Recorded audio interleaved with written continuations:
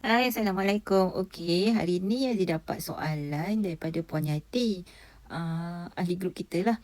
Kemudian Puan Yati tanya antara VCO, maksudnya Azzi sebut VCO sebab senang kan, VCO, virgin coconut oil ataupun minyak kelapa dara versus dengan serbuk moringa, mana lebih baik untuk kita amalkan untuk stabilkan gula? Untuk jawab satu soalan. Yang kedua, Puan Yati tanya, minyak kelapa dara dengan minyak kelapa biasa sama tak khasiatnya? Okey, yang ni soalan kedua. Yang ketiga, nutrition fact untuk serbuk moringa ada kandungan gula. Betul ke tak? Ini yang ketiga. Okey, kita jawab satu persatu. Kelapa dara dengan serbuk moringa, mana yang lebih baik untuk amalkan untuk stabilkan gula dalam darah? Sebelum kita nak stabilkan gula dalam darah, kita kena clear satu benda, iaitu kenapa gula dalam darah tinggi. Jadinya, apa jawapannya? Jawapannya adalah rintangan insulin. Ini Azia ada jelaskan dalam panjang lebar dalam Facebook group support kan. Dalam 6 video yang Azia dah siap tu. Sebenarnya ada banyak lagi video yang tengah dalam proses nak buat dan upload. Tapi tak apa, kita tengok dulu secara ringkas. Gula dalam darah jadi tinggi sebab daripada masalah rintangan insulin. Jadinya untuk atasi masalah rintangan insulin ni, kita perlu buat beberapa benda. Antaranya perlu kawal makan lah. Kawal makan, kalau konsepnya Aziz suka follow, ada banyak konsep. Antaranya keto diet. Keto diet ni maksudnya dia tak makan karbo, dia just makan protein. Kemudian ada yang lebih bersederhana, dia panggil low carbo, high fat. Maksudnya makan rendah karbohidrat dan tinggi lemak. Ini biasanya Dr. Norman lah yang banyak jelaskan tentang konsep low carbo, high fat. Keto diet ni ada banyak satu dunia yang dah amalkan. Memang ada grup yang tentang keto diet je. Tapi Aziz tak berapa nak keto diet sebab Aziz lebih suka makanan tradisi kita yang lebih kepada low carbo, high fat. Okey, yang kedua, untuk atasi masalah rintangan insulin adalah kita kena buat IF, intermittent fasting. Proses dua benda ni insya-Allah boleh atasi masalah stabilkan gula dalam darah. Tapi apa kaitan antara VCO dan juga moringa? Moringa ni, kalau nak sebut moringa, Aziz bukan nak cakap kosong, tapi kita refer kepada nutrisi pemakanan yang dibuat oleh makmal. Ini berdasarkan kajian sains yang mana Aziz hantar sampel kepada makmal dan makmal buat analisa sebab mereka ada mesin kan. Yang ini adalah serbuk moringa. Yang ini adalah VCO, minyak kelapa dara. Okey. Tadi soalan ketiga iaitu moringa ada syugar ke? Memang betul, dalam moringa ni ada syugar sebanyak 10.3% kalau makan 100 gram. Tapi bila kita makan serbuk moringa, kita tak terus makan 100 gram. Kita makan paling banyak pun 1 gram. Maksudnya lebih kurang 1 gram syugar jugalah, 10.3. Maksudnya tak banyak pun bila kita makan. Dan kita kena tahu syugar ni apa, kandungan dia apa. Sebab syugar tu ada banyak jenis. Ada syugar dalam bentuk glukos, ada syugar dalam bentuk fruktos. Yang ini syugar daripada tumbuhan. Dia bukan kategori yang berbahaya. Gula yang berbahaya adalah daripada kategori gula pasir. Yang mana gula pasir itu adalah makanan berproses yang terlalu ringkas. Yang ini gula dalam bentuk yang kalau macam ni powder kan, dalam bentuk serbuk moringa yang dah dikeringkan. Okey, menjawab soalan nombor 3, ya betul. Dalam serbuk moringa ada gula tapi terlalu rendah. Kita tengok lagi. Dalam moringa ada apa? Dalam moringa ada karbohidrat. Dalam moringa ada protein. Protein ni biasa kita jumpa kat mana? Sebenarnya protein ni biasa kita jumpa dalam ikan, ayam, lagi daging lembu. Tapi specialnya tumbuhan moringa ni, dia ada protein. Memang sangat jarang untuk jumpa tumbuhan yang ada protein. Jadinya kalau puan-puan akan datang lah kan. Kalau harga ayam, ikan, daging, sotong tu semua terlalu mahal. Kalau puan cover dengan tumbuhan moringa ni pun insyaAllah dah boleh support kita punya keperluan tubuh badan untuk mendapatkan protein. Protein ni apa yang penting sebab ini adalah crude protein content. Crude protein content dalam moringa ada 18 jenis asid amino. Apa kepentingan asid amino? Asid amino ni adalah kalau kita buat rumah kan. Okey. Kita tambah page. Okey, kalau kita nak buat rumah, kita tak boleh bina rumah selepuk macam ni, tapi kita perlukan batu blok. Betul tak? Kita perlu batu blok, susun batu blok ni, susun plaster, simen. Kemudian baru kita dapat sebuah rumah. Okey, sama juga dengan badan kita. Badan kita ni bukannya satu benda saja tau. Tapi badan kita ada sel. Sel manusia. Kalau tak silap Aziz ada 10 bilion sel dalam badan manusia yang sihat. Kemudian selain daripada tu, kita ada kalau orang dulu dia panggil kuman yang menumpang. Tapi sekarang kita dah tahu dah. Kajian yang terbaru kita dah tahu. Bakteria ataupun kuman yang numpang dalam badan kita sebenarnya dipanggil probiotik. Ada dia 10 kali ganda. Maksudnya lebih kurang 90 bilion jumlah probiotik yang perlu ada dalam badan manusia untuk kita sihat.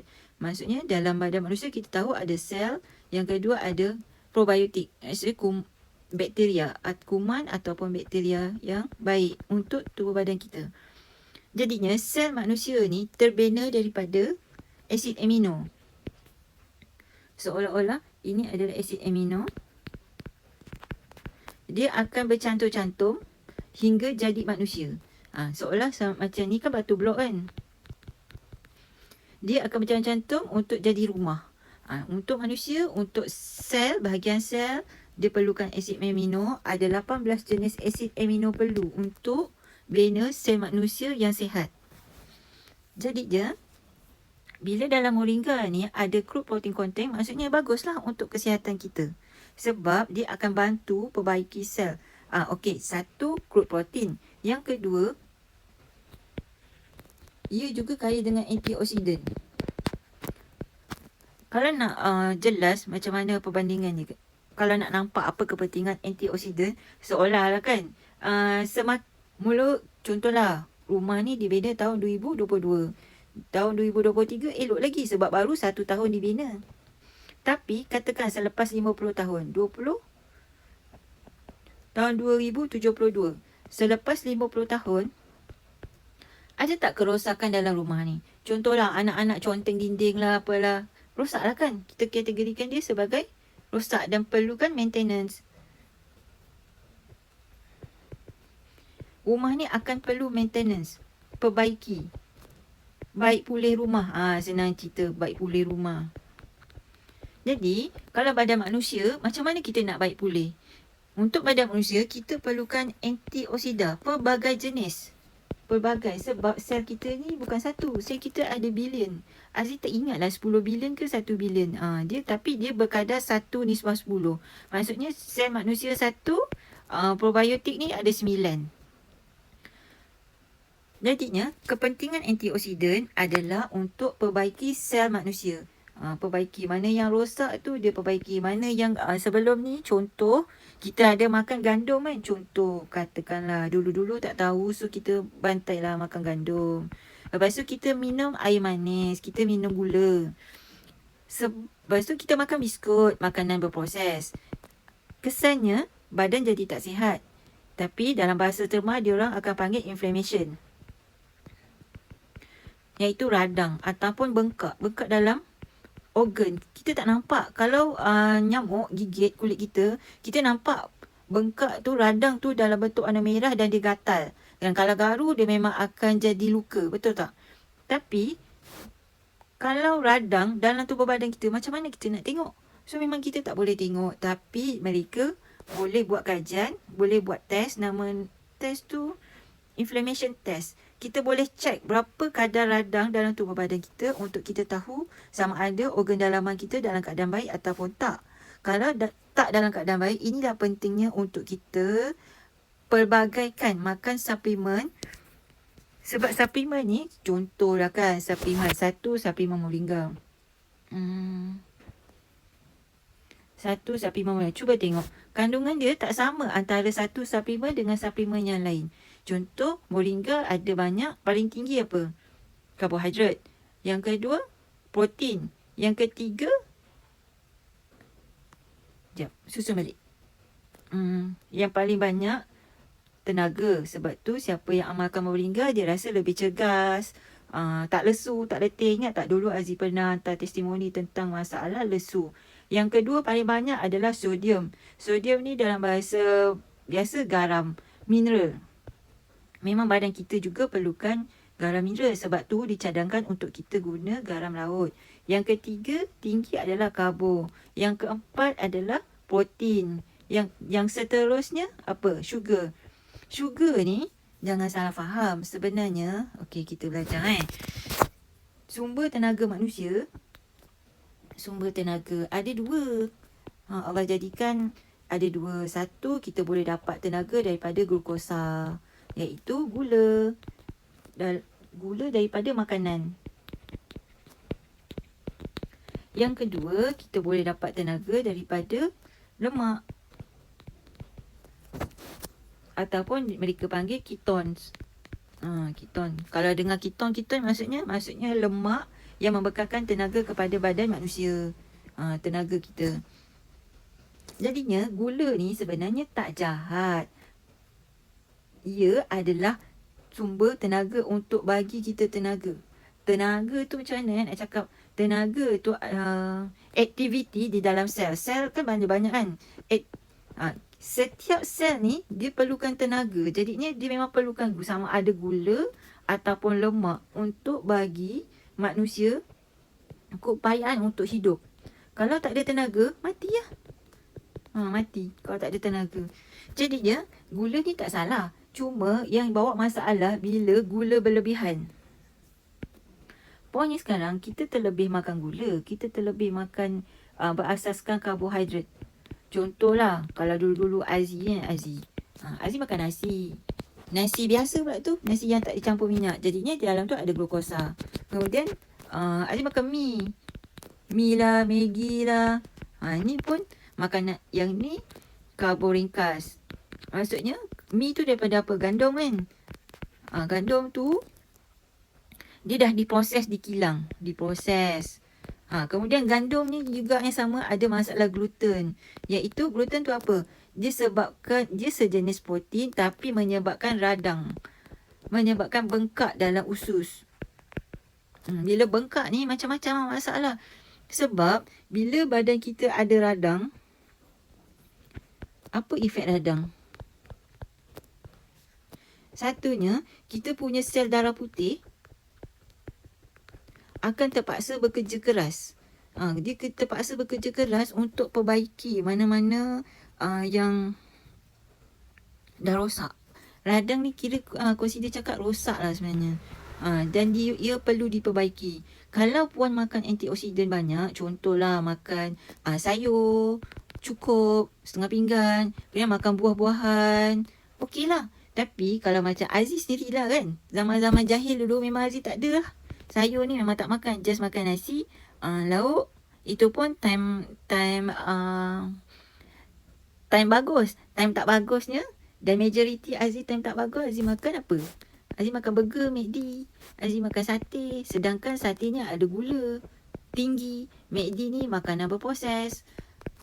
Ini masalah kita. Jadinya memang kita sangat-sangat memerlukan antioksidan ni untuk perbaiki badan yang dah mula rosak. Lagi satu, kalau pun makan yang bukan makan yang macam style Aziz ni kan, makan yang macam sihat sikit lah, tapi kita ada proses degeneratif, iaitu proses penuaan.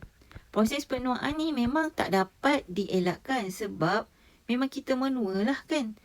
Jadinya proses penuaan ni perlukan antioksida juga untuk perbaiki sel badan manusia. Jadinya untuk menjawab soalan puan, antara kelapa darah dengan moringa, mana paling baik untuk stabilkan gula dalam darah? Okey, tadi Aziz cakap untuk tengok baik ataupun tak, kita kena tengok nutrisi fakta makanan yang ada dalam. Okey, karbohidrat VCO rendah 4.9 banding dengan karbohidrat dalam moringa dia lebih tinggi 52. Tapi perasan tak dalam moringa sebenarnya ada lemak. Ni lemak. Total fat content. Ini pun ada lemak juga. Total fat content moringa adalah 5.8%. Ni rendah je 5.8%. Tapi total fat content dalam VCO adalah 30%. Dan kita tengok total sugar dalam VCO memang tak ada. Tak ada kan? Dia terlalu rendah sampai tak dapat dibaca. Kemudian sodium dalam VCO dia 0.9. Sodium dalam serbuk moringa 57.7. Crude ash Aziz tak pasti, jadi ini memang Aziz cakap tak pastilah. Moisture ni kelembapan 58.7. Kelembapan ni penting untuk kita punya kulit supaya tak tersopak, tak merekah, tak gatal, tak eczema. Orang eczema tu kan biasa gatal kan sebab dia punya kulit kekurangan moisture, kelembapan. Kemudian crude protein content 5.34 berbanding dengan crude protein content moringa ada 28.93. Jadinya kesimpulannya yang Aziz cakap, kenapa Aziz cakap kalau Aziz memang amalkan dua-dua sebab VCO dan moringa adalah komplement. Maksudnya apa yang rendah dalam VCO ditop up daripada moringa, apa yang rendah daripada moringa ditop up dalam VCO. Sebab badan kita boleh guna dua-dua tenaga glukosa dan lemak. Cuma ada masalah untuk badan dapatkan tenaga daripada glukosa untuk orang yang dah ada masalah gula tinggi dalam darah. Gula tinggi dalam darah ni sebenarnya, kita kena faham konsep sebelum kita nak judge yang mana satu bagus untuk badan kita, sama ada moringa ataupun VCO. Bila ada gula tinggi, maksudnya ada rintangan insulin. Apa tu rintangan insulin? Nak tahu rintangan insulin tu apa? Macam gini. Aziz ada video dalam Facebook group support. Kejap. Ada tak video dalam ni?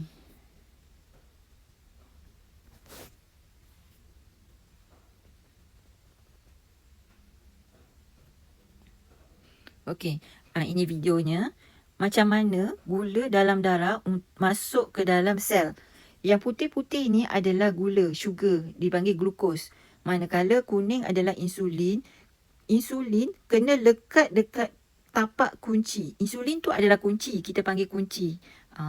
Tapak insulin tu, insulin reseptor yang warna hijau ni, dia kena lekat dulu dekat, insulin kena lekat dekat pintu insulin reseptor untuk bawa masuk glukos ke dalam darah, ke dalam sel.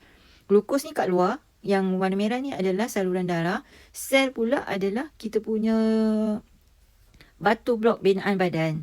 Jadinya kalau puan dah ada masalah gula tinggi kan, maksudnya puan dah ada masalah rintangan insulin. Apa maksud rintangan insulin? Adalah insulin ada contohlah kan, ni darah, saluran darah. Ni sel. Ni ada sugar. Tapi bila berlaku rintangan insulin, sugar ni tak boleh masuk ke dalam sel. Bila sugar ni banyak dalam darah, maksudnya gula tinggi kan dalam saluran darah kan. Ni saluran darah ni, gula tinggi sebab gula ni tak dapat masuk ke dalam sel. Bila sel tak dapat gula, sel akan rasa lemah. Sel lemah. Lepas tu paling teruk sel menjadi mati. Sebab tu orang yang ada diabetes tinggi, gula tinggi kemudian ada kes kan gangrene. Tahu tak gangrene? Gangrene tu yang kaki dia jadi hitam, tangan, jari dia jadi hitam sebab sel dia dah mati. Kenapa sel dia mati? Sebab dia tak dapat gula. Gula ni ini untuk Ni senang cerita lah. Ni nenek Aziz sebenarnya. Sebab tu Aziz boleh bercerita. Sebab Aziz dah pernah tengok benda-benda ni. Sel mati, gangrene. Kaki dia, ibu jari, kena potong. Sebab sel dia dah mati. Masa tu Aziz budak lagi, dalam umur 20-an. Tak faham lagi benda-benda ni. Jadinya memang tak boleh nak buat apa lah. Just hai, kesiannya nenek aku. Tapi bila Aziz sendiri dah macam semakin dewasa, dan Aziz sendiri kena diabetes masa mengandungkan anak yang sekarang dah umur 2 tahun, baru Aziz explore benda-benda ni. Sebab Aziz sendiri ada GDM. Maksudnya gula Aziz pun ada masalah di tengah insulin. Gula yang Aziz makan tak boleh masuk dalam sel dan sebabkan bahaya untuk baby lah. Dan sebenarnya dah ada 2 orang pun baby yang meninggal dalam perut Aziz sebab masalah gula tinggi dalam darah. Alhamdulillah baby yang ketiga dapat diselamatkan bila Aziz belajar. Alhamdulillah lah, Allah tunjuk jalan. Aziz jumpa moringa. Kemudian Aziz makan moringa dan sekarang Aziz jumpa pula minyak kelapa dara. Minyak kelapa dara ni, okey, kita nampak kan minyak kelapa dara dia kandungan yang paling tinggi adalah ni, moisture, maksudnya ni dalam bentuk cecair. Lab test ni pun ada tunjuk ni, liquid form. Dia ada tinggi lemak, fat. Kita tengok fat content dia 30. Fat content maksudnya dalam VCO dia ada tinggi ketones yang mana dalam bentuk lemak dia boleh masuk. Ni yang bestnya tentang ini glukos, ini lemak.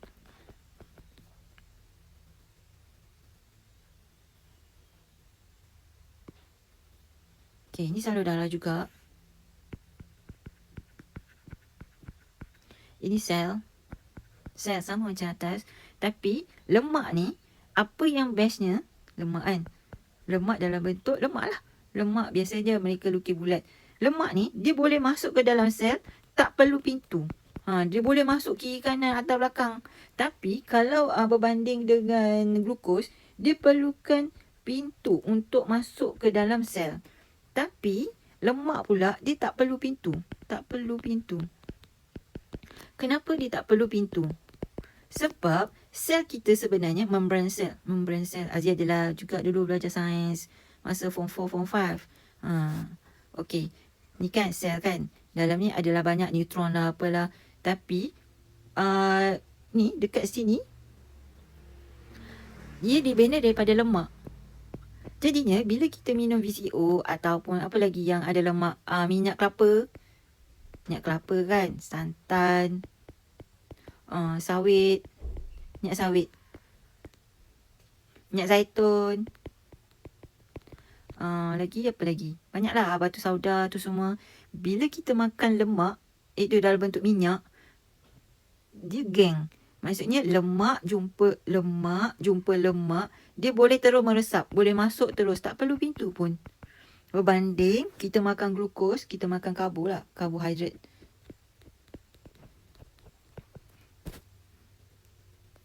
Dia perlukan pintu. Sebab tu dicadangkan lah. Aziz cadangkan antara VCO dengan serbuk moringa mana lagi bagus. Kalau Aziz gabung dua-dua. Satu, VCO ni untuk bekalkan tenaga. Dan dalam masa yang sama, kurangkan makan karbohidrat, tinggikan makan lemak. Kenapa kurangkan karbohidrat? Sebab tujuan utama adalah untuk merehatkan pintu insulin. Yang ni pintu kan. Kita nak suruh dia rehatlah pintu insulin. Kesian kau. Dah kerja lama daripada aku kecil sampai ke besar, sampai dapat ilmu ni baru tahu rupanya kau perlukan rehat. Itulah tujuannya kita buat IF, intermittent fasting ataupun puasa sunat. Inilah tujuannya Allah bagi suruh kita puasa 1 bulan Ramadan berbanding dengan 11 bulan lain yang boleh makan. Sebabnya tujuannya adalah untuk merehatkan pintu insulin supaya ia boleh bekerja, bawa masuk gula ke dalam sel. Okey, yang seterusnya soalan puan, untuk stabilkan gula. Untuk stabilkan gula adalah kena kawal makan, iaitu rendahkan karbohidrat dan dalam masa yang sama tinggikan lemak. Sebab kalau katakanlah kan, puan katakanlah puan nak kawal makan, kalau dulu kan, you kurangkanlah makan separuh je nasi. okey dah kurang nasi tapi perut dah terbiasa makan banyak. So mana dapat sumber tenaga? Kalau kurangkan karbo tapi dalam masa yang sama tak makan lemak, nanti pun akan lapar. Bila lapar, kita dah mula start nak curi-curi makan. Tadi ada sembang dengan seorang tu, dia cakap, memang saya ada curi-curi makan. Makan kuih, makan roti, makan biskut. Jadinya, solution supaya kita tak lapar, kita makan lemak. Makan lemak. Menjadi susah nak explain kalau tak cuba. Jadinya, kena cubalah puan. Kena cuba makan lemak. Bila makan lemak, insya-Allah kita tak lapar dan tak perlu pun nak makan benda-benda lain. Ini bila kita buat macam ni, insya-Allah kita boleh senang untuk buat IF ataupun puasa Islamic intermittent fasting, iaitu puasa sunat.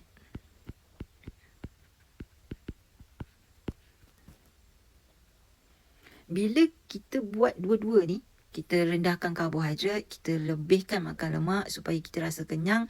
Bila kita rasa kenyang, kita boleh buat puasa. Tak kisahlah buat IF ataupun puasa sunat.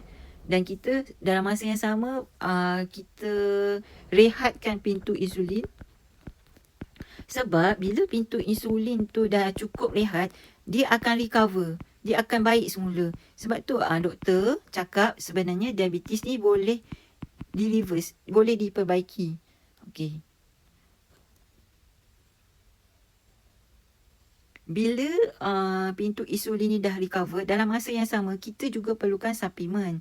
Yang mana kita perlukan antioksidan daripada pendapat Azila, daripada moringa. Sebab moringa ni international, bukannya di Johor saja. Moringa ni bahagian antarabangsa. Orang Amerika, orang Europe tu semua dah makan dah moringa ni. Kemudian VCO ni pula dulu masa dalam tahun 80-an kena fitnah.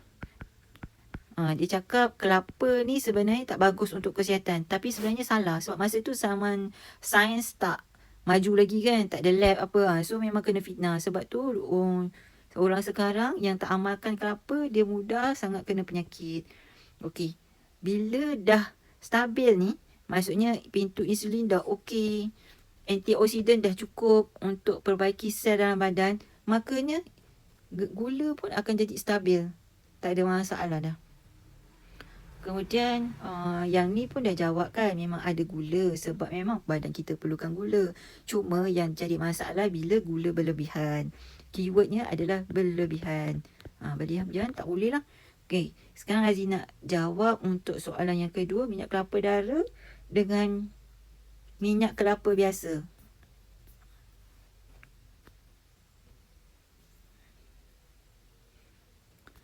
Asalnya sama je daripada buah kelapa. Buah kelapa kenal kan? Macam itu. Kemudian dia ada dua proses. Satu minyak kelapa. Satu dia panggil virgin coconut oil ataupun dia panggil extra virgin coconut oil ataupun minyak kelapa darah. Minyak kelapa darah ni pula ada dua. Satu fermentasi iaitu peram. Satu lagi cold press. Yang Aziz buat, Aziz gunakan kaedah fermentasi yang mana dalamnya ada probiotik. Probiotik tu kuman baik, bakteria baik, yang memang sangat kita perlukan dalam badan. Minyak kelapa ni dia melibatkan proses pemanasan. Yang ini tak ada panas. Bila dah panas, maksudnya dalam ni tiada probiotik. Tapi dia tetap stabil. Dia tetap bagus sebabnya bila kita goreng-goreng, bila kita tumis, minyak kelapa ni kenapa bagus? Sebab dia tepu. Maksudnya bila kita panaskan tak ada rosak minyak tu. Berbanding versus minyak tumbuhan lain. Contohnya minyak jagung, minyak soya, lagi apa minyak yang tak bagus? Canola, matahari. Yang ini semuanya minyak daripada, senang cerita daripada Amerika lah. Ni agenda dia orang untuk jual, untuk boleh jual. Tapi sekarang ni, ini tahun 80-an. ada persatuan soya yang mana dia orang memfitnah kelapa, cakap minyak kelapa tak bagus. Sebab tahun 70-an, 60-an, satu dunia amalkan minyak kelapa dan majoriti orang sihat. Tapi bila 80-an, bila mereka dah proses soya ni, mereka ada persatuan dan mereka nak jual hasil soya tu, hasil minyak daripada soya. Jadinya mereka perburukkan kelapa, cakap kelapa tak bagus dan mengakibatkan satu dunia pulaukan kelapa. Dan even Aziz pernah dengar Cikgu Aziz cakap masa tu zaman 80-an di Terengganu, mereka memang buang pokok kelapa sebab tengok cakap pokok kelapa tak bagus, minyak kelapa tak bagus, so diorang buang lah, tanam ganti dengan tanaman yang lain. Okey, maksudnya minyak kelapa tetap bagus. Jangan guna minyak ni part ni. Okey, probiotik. Perasan tak Aziz sebut tadi? Okey, badan manusia ni ada terdiri daripada sel itself, sel tu sendiri dan juga bakteria baik yang probiotik ni. Probiotik ni dia ada daripada saluran probiotik. Kita akan melibatkan moringa pula ni.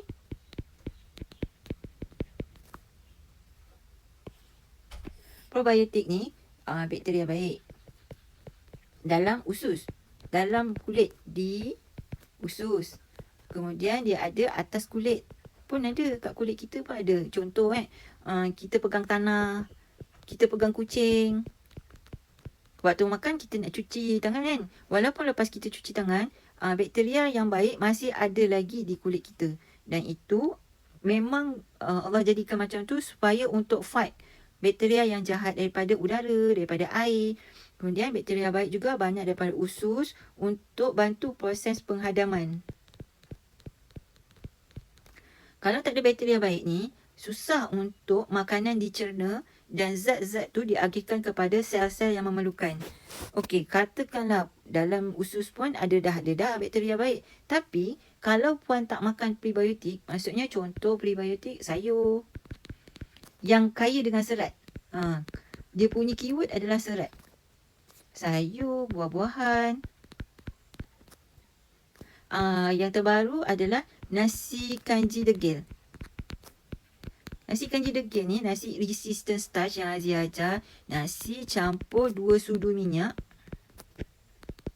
kelapa ataupun sawit.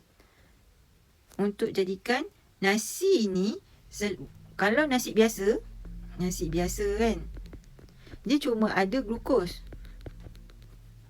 Sebab tu doktor-doktor cakap, doktor-doktor yang biasa tu dia cakap kurangkan makan nasi. Sebabnya dia tak nak gula kita tinggi dalam darah. Tapi yang terbaru dah ada kajian nasi campur minyak, dia akan menjadikan ada serat. Nasi tu berserat.